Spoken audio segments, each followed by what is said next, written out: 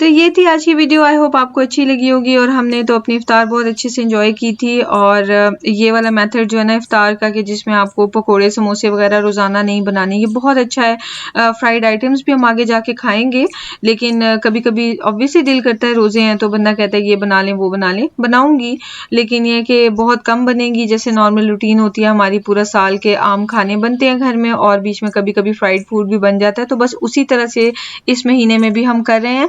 तो बहुत अच्छे जा रहे हैं। हमें स्पेशली वॉक करने की ताकि वेट ना बढ़ जाए, और जी इसलिए वॉक करनी है कि ताकि स्टमक डिस्कम्फर्ट जो है वो ख़त्म हो जाए। ऐसा कुछ नहीं हमें हो रहा, और अल्हम्दुलिल्लाह हम बिल्कुल हैप्पी, हेल्दी और फ्रेश रह रहे हैं। तो अब अल्लाह ने अगले रमज़ान भी नसीब में किए तो उनमें भी इंशाल्लाह ऐसे ही किया करूँगी। तो खैर हम लोगों ने तो अपनी इफ्तारी कर ली थी इंजॉय, और ज़रूर ट्राई कीजिएगा। ये जो कबाब हैं बहुत टेस्टी होते हैं। ये डिज़र्ट भी इवन सिंपल सी है, जल्दी जल्दी असेंबल हो जाती है, और ये ड्रिंक तो आप ज़रूर ही ट्राई करें। वाटरमेलन आजकल सीज़न में है तो आपको ये बहुत मज़े का लगेगा इंशाल्लाह। तो इसके साथ ही इस वीडियो को हम करते हैं एंड, और इंशाल्लाह आपसे बहुत जल्द मुलाकात होगी। अल्लाह ताला आप सबके दस्तरखान वसी करें, और आप सबके दिलों में जो भी दुआएं हैं जो आप अल्लाह ताला से मांगते हैं, अल्लाह ताला वो सब दुआएं आपकी कबूल फरमाएं। इंशाल्लाह मुलाकात करती हूँ जल्द ही। अपना ख्याल रखिएगा, दुआ में हमें भी याद रखिएगा। टेक केयर, अल्लाह हाफिज़।